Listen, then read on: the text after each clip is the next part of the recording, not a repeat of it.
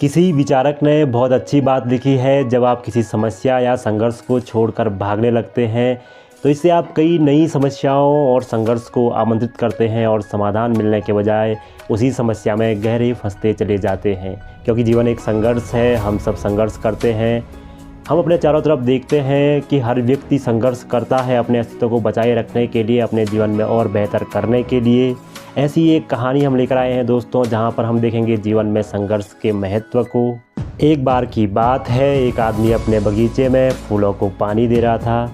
तभी उसकी नज़र पड़ी एक कोकून पर, जिससे एक तितली का बच्चा लगातार बाहर निकलने का प्रयास कर रहा था।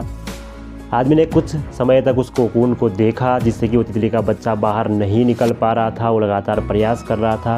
व्यक्ति का स्वभाव बहुत दयालु प्रवृत्ति का था, इसलिए उसने चाहा कि वो कोकून से बाहर निकलने में तितली के इस छोटे से बच्चे की मदद करे। वो घर के अंदर गया, वहाँ से कैंची लेकर आया और कोकून को काटने लगा। उसने कोकून को काटा और तितली का बच्चा कोकून से बाहर निकल गया।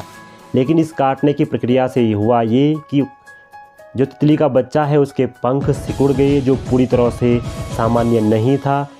अब आदमी उस तितली के पंखों के फैलने का इंतज़ार करने लगा, लेकिन तितली अपने सिकुड़े हुए पंखों के साथ ज़मीन पर इधर उधर रेंग रही थी।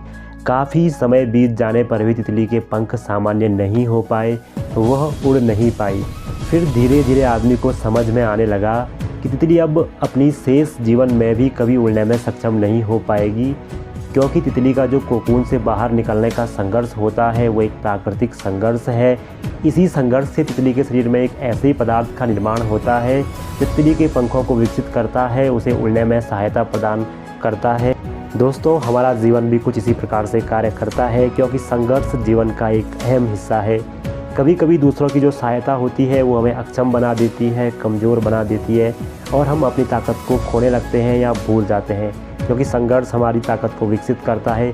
जितना हम संघर्ष करते हैं उतना ही हम मजबूत बनते हैं।